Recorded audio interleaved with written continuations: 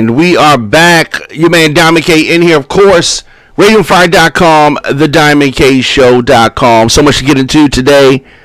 So much to talk about. I'm going to be joined a little bit later by a special guest. And that is the mayor-elect of Baltimore. So Brandon Scott will be joining us a little bit later. A lot to get into, and we're going to do all of that. So interesting things have happened with regards to the election. Finally, the U.S. agency has moved forward with the ascertainment of Joe Biden as the winner. The transition is going to begin. That's a good thing. That's a good thing. America was out there looking crazy. And so that has changed, and things are going to move forward with that, with regards to that. So that is interesting. I think that is just a matter of time before the president has to accept and come forward and accept things as they are. As they are. And that means that Joe Biden is the president-elect. Donald Trump on his way out. Thankfully.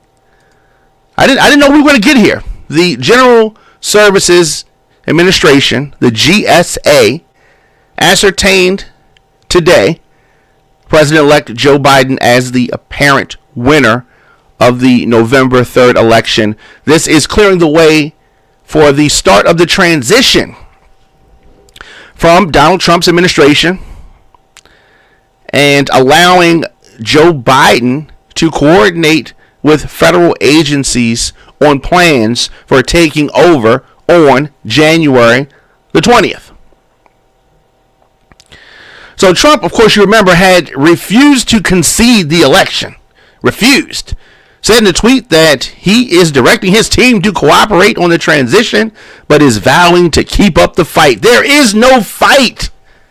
There is no fight. It's over. The fighting, the fighting already happened, and you lost. 80 million Americans, more than that, voted for Joe Biden. It's over. The administrator, Emily Murphy, made the determination after Trump's efforts to subvert the vote failed across battleground states, citing recent developments involving legal challenges and certifications of the election results. Michigan certified Biden's victory today, and a federal judge in Pennsylvania tossed a Trump campaign lawsuit on Saturday, seeking to prevent certification in that state. It's over. It's over, and could not happen soon enough. Could not happen soon enough. So that is good. In the days ahead, the transition officials will begin meeting with federal officials to discuss the pandemic response and have a full accounting of our national security interest, and gain complete understanding of the Trump administration's efforts to hollow out government agencies. This is something that he's been doing. Oh, definitely. Definitely. I'm glad that this is happening. Glad that this is happening. So we're going to see a lot of things. I don't think that Trump is finished with his shenanigans. They're going to be more shenanigans that you can be sure of. Just tune in to Diamond K, the Diamond K Show, RadioFire.com, TheDiamondKShow.com. So we're talking about the U.S. agencies ascertaining Joe Biden as the winner. And we have a lot to get into tonight. As you know, I will be joined tonight by the mayor-elect, Brandon Scott, is going to be joining us, And I have a gang of questions for him. I do. I have a lot. I have some questions. I have some questions that I'm trying to get answered, as many of you do. And when we announced that this interview was going to take place, I got a lot of questions, and I got some reoccurring questions. So I am going to be asking the mayor-elect some of these questions. You can also post questions, and I will be, taking. I'll take a look. Some people have crazy questions, right? But I have good questions, and I'm not saying that other people don't have good questions as well. But there are questions that we need answered, and I see that the mayor-elect is backstage, so we're going to go right on and talk to him. Get you to unmute. Are we good? Can you hear Okay, yeah, we're good. All right, and so Mr. Mayor-elect Brandon Scott here. How are you doing, sir? I'm great, brother. I'm great. How are you? I'm good. I definitely want to congratulate you on an overwhelming victory. The voters of Baltimore spoke and elected you with over 70% of the vote. So I definitely this is the first time that I think we've talked since the election. And so how did you feel? How do you feel? Well, listen, I first and foremost, I am still humbled by the support that the voters of Baltimore gave me. I am proud to have their support, and I'm really focused and energized and ready to start leading the city. It's clear with the election of a young person, a young black person from Baltimore, that the voters and residents of Baltimore do not want a continuation of the status quo, and I look forward to bringing that deep change that they've been asking for. Yeah, absolutely. And so a reoccurring question that I got when it was announced that I was going to be talking with you, and that was, are you sure that this young man is ready to be mayor? And you're going to be the youngest mayor in Baltimore City in over 100 years. During the primary, I asked you that question, whether or not you were ready, and I was completely convinced with your answer. But what can you say to Baltimoreans that wonder if you're up for this, being so young? Well, yeah, I laugh because I get this question a lot. But when you think about this, Don, you have to think about it like this. Folks look at me as 36 and think like I'm young, where I have friends who have been mayors of cities when they were 26, 27, right? But also thinking about my experience. I have worked in City Hall 13 consecutive years. There is nothing else that I'm going to learn by being 4 years older, 5 years older, 10 years older about what needs to happen in Baltimore that I don't already know. I've lived here my whole life, and when you think about the folks that we've had as mayor in recent years in my lifetime, I'm the first one you think about who lived through the 80s and 90s and early 2000s as a young person, as a kid who grew up with zero tolerance, who grew up when you had over-policing, who grew up with the imploding of drugs and all of those things, right? I'm the first mayor that we've had that's lived through that as a child. And I also tell people that when you grow up and experience those things, I saw my first shooting before my 10th birthday, it changes you. It makes you see the world in a different way and requires you to mature at a much more rapid rate, and also make a decision whether you're going to accept things the way they are and do things to change them. And when I know we talked about this before, I also smile because I think back and say, like, we have to, especially in the moment that we're even living in right now, call out things as they are. right? And when you think about Baltimore, when Martin O'Malley became mayor, he was just a few months older than me. Right. No, Three months older than you. yeah, no one said that a 36-year-old Martin O'Malley, white dude, didn't have enough experience. And guess what? He didn't have 13 years of experience of working in city government, nor did he grow up and live in Baltimore. My good friend Johnny O in Baltimore County was 36 when he became the county executive. I don't remember people saying like, "Oh, is he too young to be the county executive?" Same thing from my good friend Senate President Bill Ferguson. Just so happens to be that we were all the same age. But the question only came out about one person, and ironically, it's the one person who had the most experience in the field, in addition to the education in the field that I have. Absolutely, absolutely, and you're absolutely right, and that is exactly what you said to me during the primary, and it's true. And what I want to do, I want to go back to the beginning, right?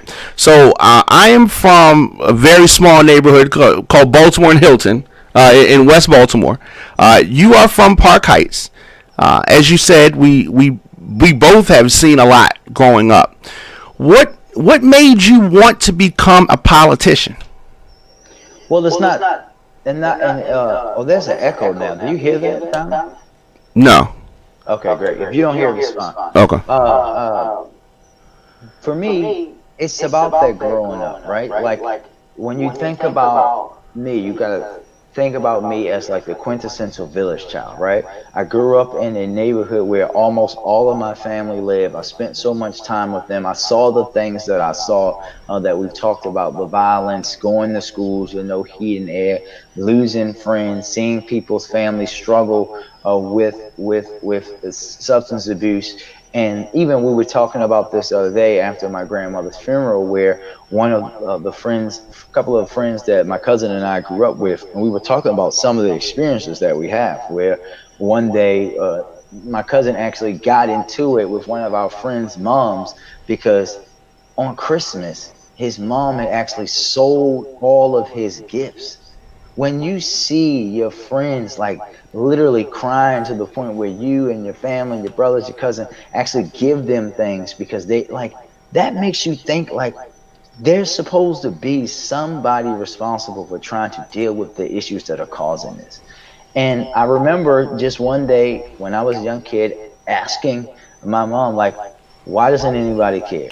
Who's going to come to change it? Who's going to stop the things that are coming from the ranch, which was the apartment complex behind my house, that coming right to our block?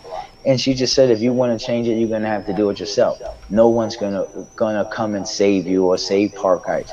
And that's really because service has always been in my blood. I always tell the story about one day my dad and I were shopping for groceries at the Ricestown Road Giant before it was fancy, not at the plaza, but down on Menlo, you know what I'm talking about, across from what used to be West Coast Video and Taco Bell. And we came out, and there was a young lady, just had a baby, homeless, couldn't feed the baby. You could see that her and the baby both were crying. And when we got home, I like acted a fool until my dad took me back up there, taking all of the money that I have accrued to go and buy the food. Like, that's just been in me, and that's from my family. Both my mom and my dad coached Little League in Park Heights, just so all the children in the neighborhood would actually have an outlet and not just my brothers. You know, like, that's the kind of family that I come from. And when you come from that kind of family and you experience the things you experience, you just really want to get involved with it. Yeah, that's impactful. And so if we take a snapshot of the national landscape, so Donald Trump had been delaying President-elect Joe Biden's transition team. How has your transition been going? Have you been getting any resistance from the young administration? No, we are knee deep in it. So the agencies have been operating and sending us information. We've had transition memos done for months now. At this point, my transition committee is pushing and moving and doing the work that they need to do. We'll have bigger announcements as we come through over this week and early next week about that. And we're just gracious to be in a different position and not have to deal with the craziness like this coming out of the White House.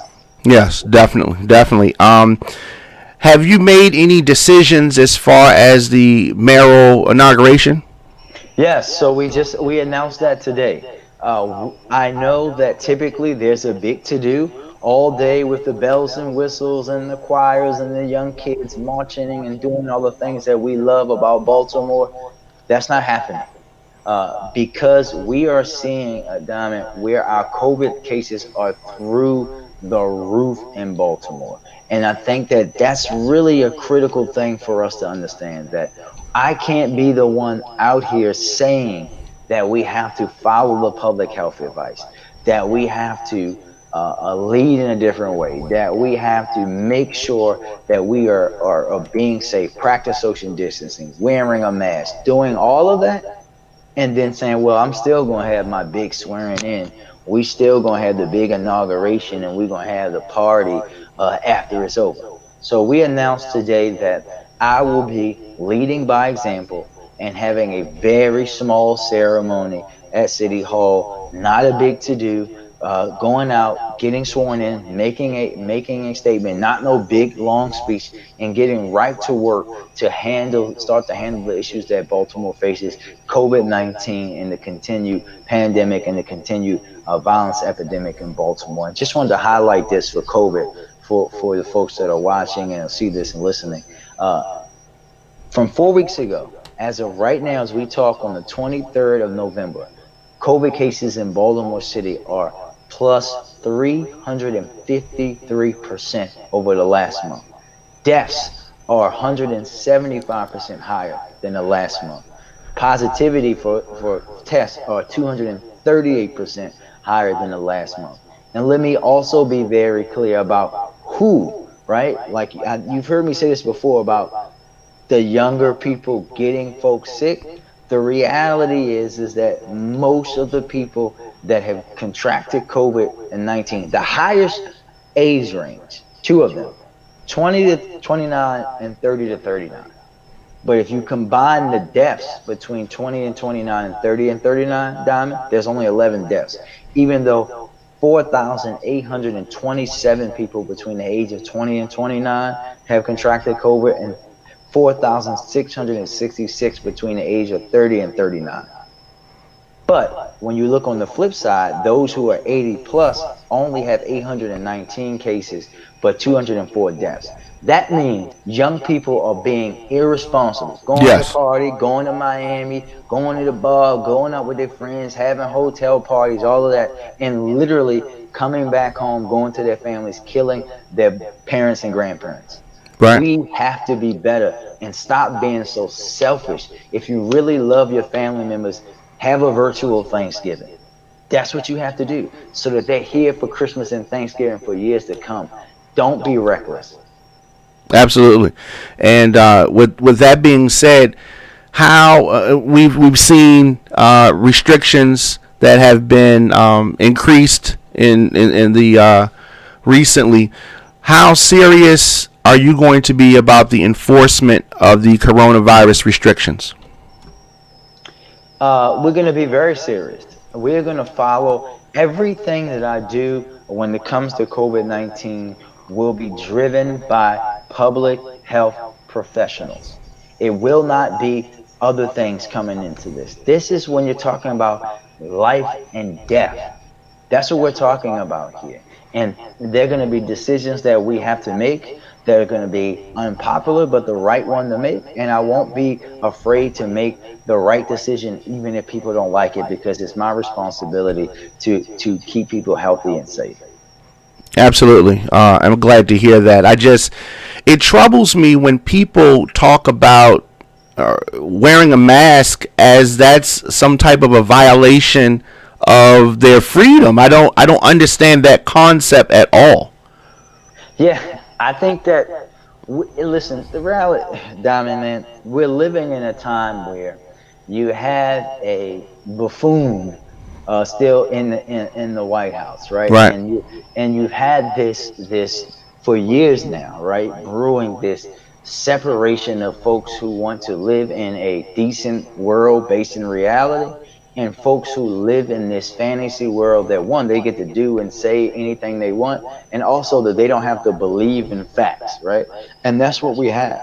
These folks who are saying, "Oh, don't wear a mask. Mask is the increases because of you breathing in your own carbon dioxide and stuff." I'm like, Yeah. stop being so stupid. Yeah. Don't listen to the same people, that type of people that are telling you that Trump is sent by God, and thinking, wear a mask. Because how many times do we have to see people, how folks are petty and they take a screenshot of someone saying, like, "Oh, this ain't real. I ain't got to wear a mask." And then a month later, another tweet or something saying, "Oh, my such and such died from COVID," Right. or like, that's what I'm saying. This Right. is real. This isn't fake. Do we think that people, I think about this here in Baltimore. How many regular average people, Diamond, do you know that work at one of the hospitals around Baltimore in the medical field? Do you think these people are making it up and Right. taking their clothes off when they get at home, or going into the basement of their house and taking showers before they even see their family? Right.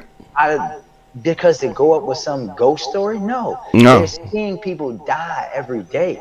And I think that people have to start to take that seriously, because this kind of peak could be worse than it was in March, February, March, and April, because people are being relaxed and they got COVID fatigue and they just don't have the discipline to do what needs to be done. And that's continue to be vigilant, washing hands, wearing a mask, doing all this simple stuff that you could do to make sure that people will stay healthy and safe. Right. Right. And it is serious. It's a real serious thing. And something else that is serious, crime, has been an ever-present obstacle in Baltimore City for all of our lives. Yeah. And you said this in the past. I quote: "Only the mayor can impact directly what the agencies do around crime." Can you talk about some plans to address violent repeat offenders and the flow of illegal guns specifically? Yeah, we're talking about Baltimore, Diamond, where only the mayor has authority over the police department and the other agencies, right? So when you think about it, and let me be very clear, there's a role for the police, and we're going to focus that role. We are no longer going to say that the responsibility of violence and crime in Baltimore is solely on the backs of the police. Because when you think about that, we have to think about it like this. We know that the way that they've been dealing with drug addiction and criminalizing that hasn't had any impact. We're talking about a health issue that should be dealt with from a public health standpoint. Trauma that comes from violence is not something for the police to do. Right? We have to change that mindset using our other agencies, our health department, rec and parks, employment development, getting people opportunities, our school system. Those agencies need to help. DPW, keeping places clean. That all helps. But for BPD specifically, you have to focus them. When you're talking about violent repeat offenders, or this phenomenon that we know in Baltimore, around the country, as group violence, most of the violence in the city, as you and I know, is just back and forth between the same groups continuously, over and over and over. And Right. when you look at what has happened around the country, when cities have reduced violence to its lowest level, and even here in Baltimore to a certain extent from 2007 to 2014, it's never been about going out and arresting everybody. Who, like, that doesn't work. Right. 2003, for example, they arrested 100,000 people. We had 278 homicides. 2011, they arrested 60,000. We only had 197. Fewer arrests, fewer homicides. It's the focus. Having a focused deterrence model, group violence reduction strategy, where you identify and target those small groups of people who commit the violence each and every day, but also not just going and bringing people in, doing the call-ins and saying and letting folks know, if you don't change the way you operate, we're going to remove you from the city through prosecution, federal prosecution, all of that. But when people say, look, I want out, I want to change my way of life, bring the resources that allow people to operate and provide for their families in a different way. One. Two, They've never had a local strategy for dealing with the flow of illegal guns into the city. We know that this year alone, the last time BPD presented it to me, 70% of the weapons recovered on the streets of Baltimore had an origin of outside the city. More were recovered from outside of the state than from inside the city of Baltimore itself. That's the kind of thing that we have to attack, because those same folks who are bringing the drugs in here, many of them are bringing the guns in here as well. And you and I know that where you grew up on Hilton, some young man there who's never been to Northeast Baltimore, East Baltimore, didn't go to West Virginia or Allegheny County to buy Right. that gun. Right. Somebody, it came that way. We need to target those people the same exact way. We're part of things that allow us to track those guns back to where they come from. We have to go after those people with the same vigor, and we will. Right. What is your relationship like with Commissioner Harrison, and what type of job has he done thus far? I think he's been in the job long enough to really give an evaluation. Yeah, I have a good relationship with Commissioner Harrison. And what I would say, the job that he's done thus far has been incomplete, right? First and foremost, while I think that they've made a lot of significant progress on the reform and the consent decree side, they know I'm not happy with how they've been dealing with the violence. But as I said, as you pointed out earlier, the most important variable that I think is missing in the quote unquote grading of the police commissioner is the position that I'm about to assume. Because when you haven't had a mayor that set goals for you, that set metrics for you, that's going to hold you accountable, that's going to say, this is what you should be focused on, this is the overarching plan, this is how all the other agencies are going to work together to deal with this issue, and say, this is how you're going to be evaluated, you get what you get. When you don't have people that are going to pressure them, that are going to question them, they're going to challenge them, they're going to say, hey, this is happening here, here, and here far too frequently. And using my experience as someone who grew up and worked through that kind of system, who was here when we had violence at its lowest point in the city, that's what's missing. And that's what Baltimore is about to get. Someone who thinks about that stuff all day, every day, and really is going to push them to be better so that they will be evaluated, like every agency here will, on their performance under the metrics and the values that I set as the leader of the administration. Well said. Well said. I know that we're up against the clock. You often, I'm sure, get the question about the first 100 days. What is your goal for the first 100 days? Well, when you think about the first 100 days that I'm going to have, it's going to be very unique, right? You have to think about it like this. One, COVID is still going to be here, and as we've already talked about, peaking. Gotta focus on that. Gotta make sure that we're getting ready, that we're following orders, that we're putting in things in places to make sure that we're getting the testing, the PPE, people are being safe, doing what we have to do as far as opening, closing, widening, shutting, all of those kind of things, right? Preparing for vaccine dissemination. Have to do all of that work continuously. Two, we know that violent crime is going to be an issue, and that's what one of the top things that we're going to do is putting that coordination around making sure that violent crime is the focus and will be the focus each and every day for everyone, including the police department.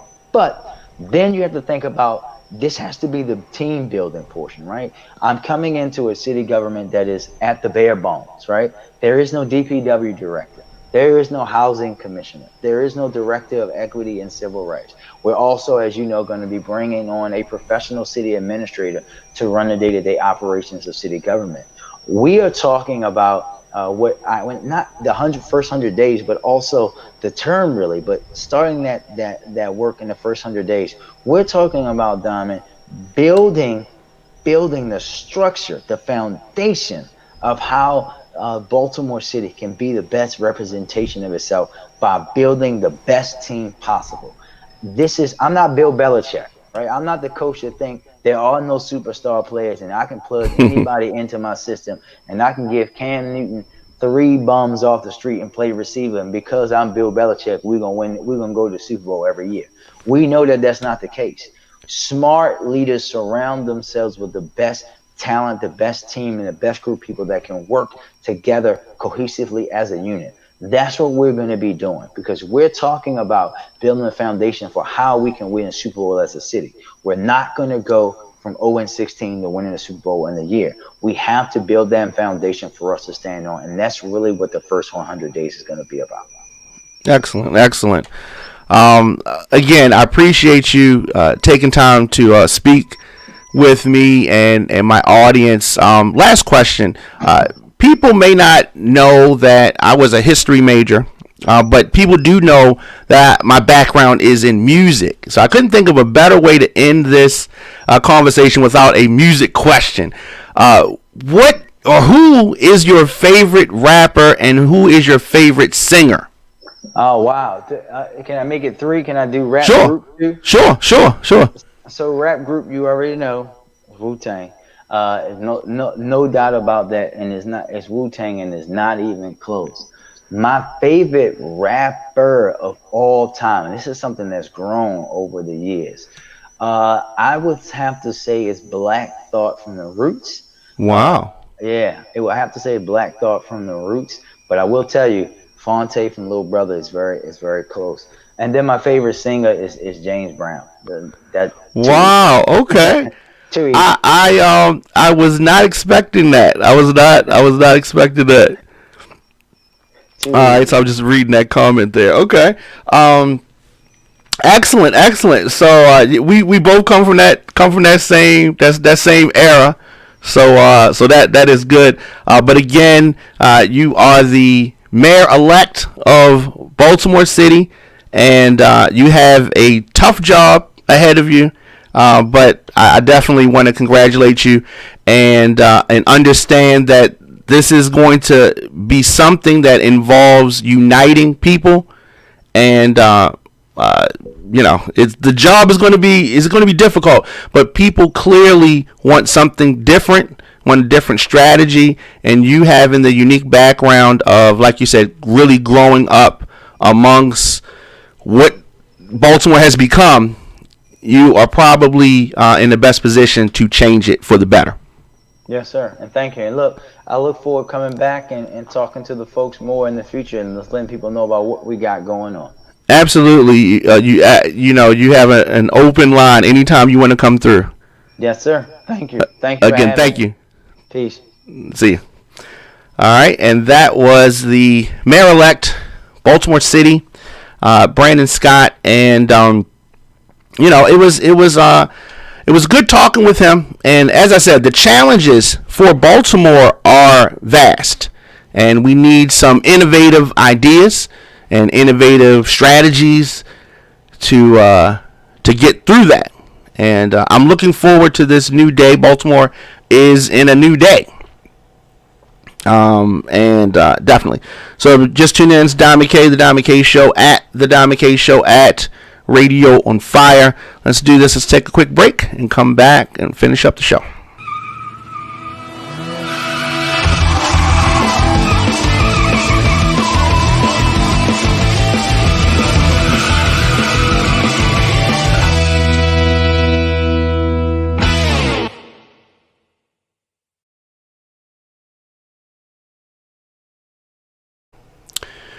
So we are in the week of Thanksgiving, and millions are sticking to their Thanksgiving travel plans despite the warnings that have been given about the spread.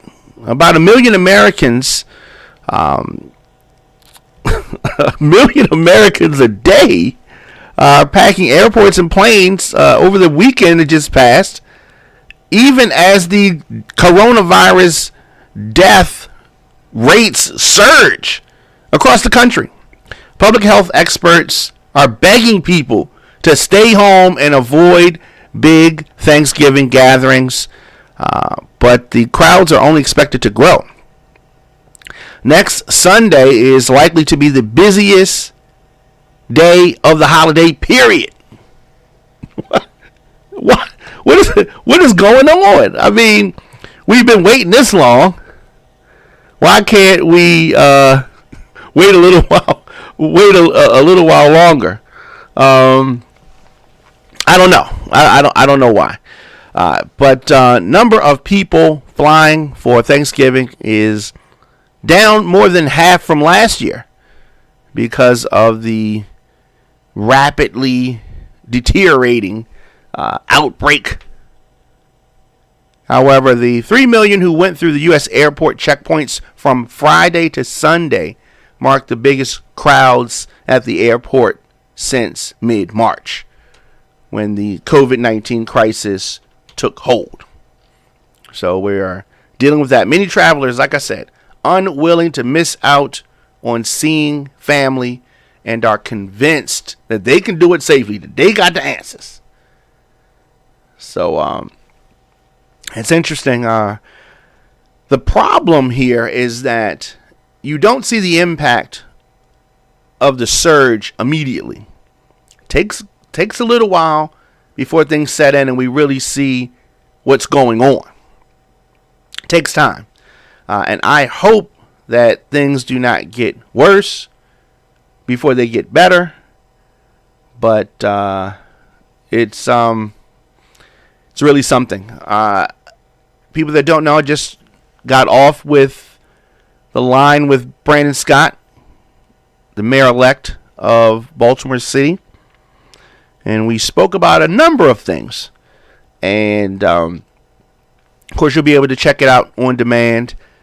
The difficulty, you waited, he's campaigned, and now he's going into office, and he cannot even, have the big event that the mayor's, ball inauguration has come to be.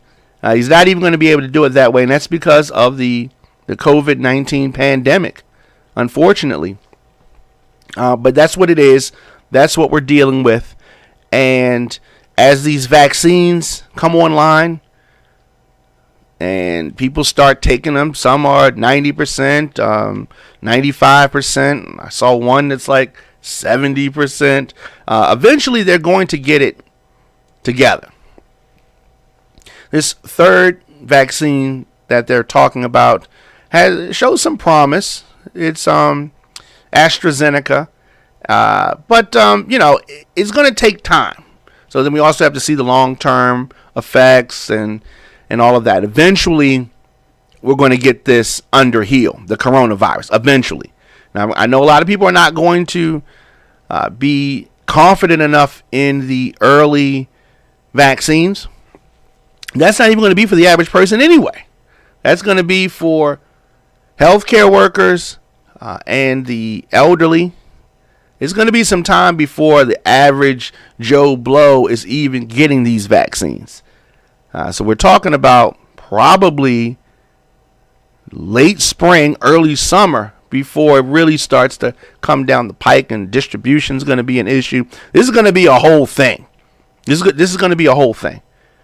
And the most important thing for people to remember is even once these vaccines come online, they're still going to want people to wear masks. They're still going to want people to social distance because everyone's not going to have the vaccine right away.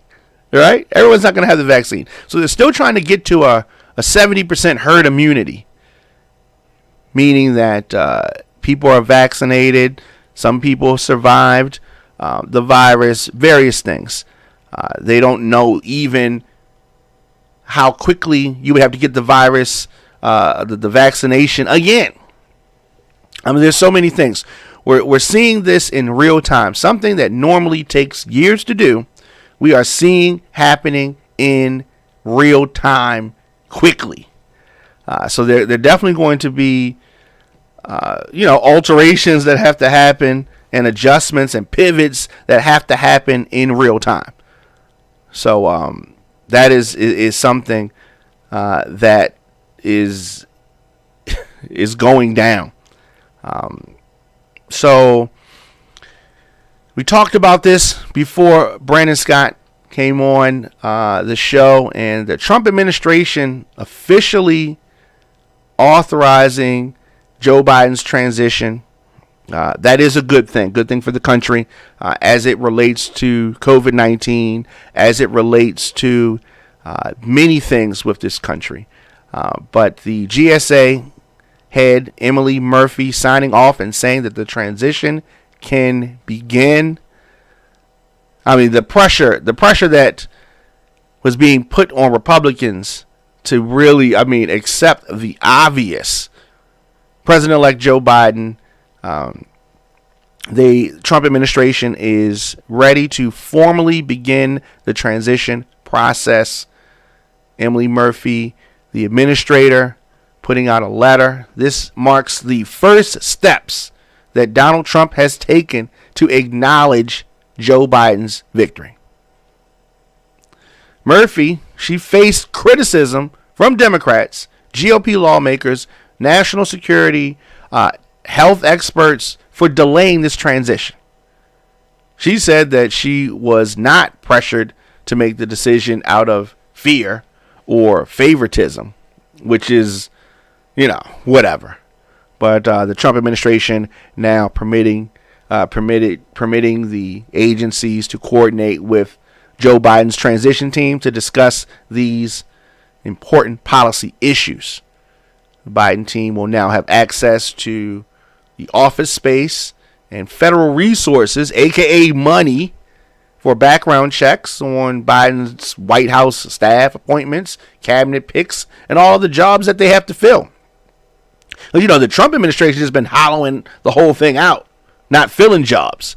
But the Biden administration is also going to receive almost $10 million to pay staffers and other expenses. He was about to go on do some crowd raising, start asking for money again.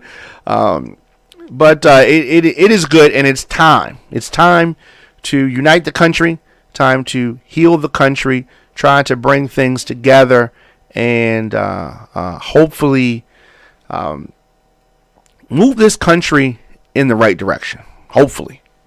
Let me know your thoughts in the comment section. Instagram, Facebook, Twitter, LinkedIn, TikTok, at The Diamond K Show, at Radio on Fire.